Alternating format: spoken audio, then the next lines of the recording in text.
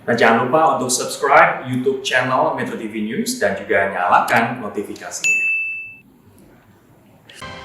Pemirsa, inilah headline news pukul 6 waktu Indonesia Barat. Saya Ade Mulya. Mulai hari Senin tanggal 10 Agustus 2020 lalu, Wisma Atlet Jakabaring Palembang, Sumatera Selatan tidak lagi menerima pasien dalam pengawasan atau PDP maupun orang dalam pemantauan atau ODP untuk menjalani isolasi atau perawatan.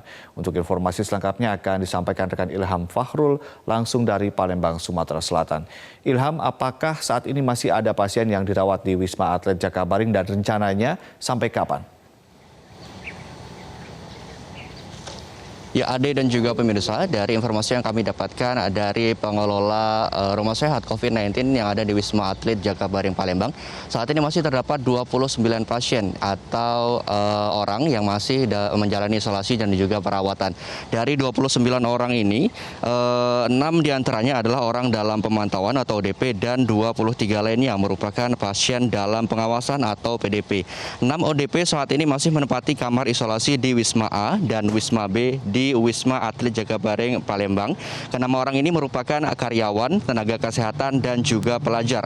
Sementara itu untuk penempatan PDP atau pasien dalam pengawasan, pengelola merawat pasien di Tower 6, Tower 7, dan juga Tower 8.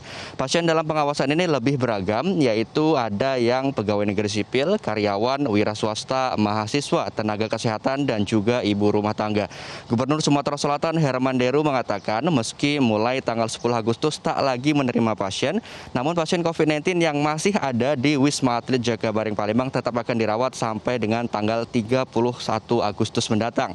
Kebijakan rencana penutupan rumah sehat di Wisma Jakabaring Palembang ini menyusul adanya aturan baru dari Kementerian Kesehatan mengenai penanganan pasien COVID-19, yaitu pasien yang dengan tingkat gejala ringan disarankan melakukan isolasi mandiri di rumah secara mandiri, sedangkan pasien COVID-19 dengan gejala sedang dan berat dirawat di rumah sakit rujukan. Berikut keterangan Gubernur Sumatera Selatan Herman Deru mengenai rumah sehat COVID-19 di Wisma Atlet Jakabaring Palembang. Jadi yang di Jakabaring nggak lagi Pak ya? Enggak, yang selesai inkubasi terlama kita selesaikan. Tapi untuk menerima baru kalau dia hanya untuk isolasi dia di rumah saja.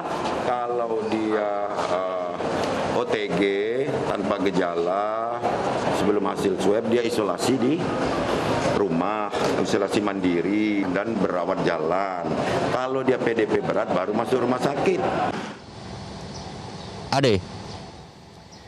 Ya, Ilham, lalu seperti apakah perkembangan kasus COVID-19 di Sumatera Selatan hingga saat ini?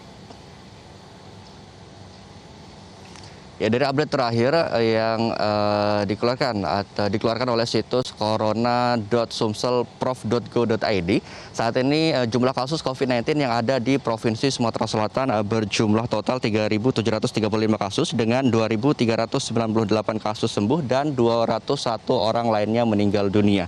Sementara itu tidak ada zona hijau yang ada di Provinsi Sumatera Selatan.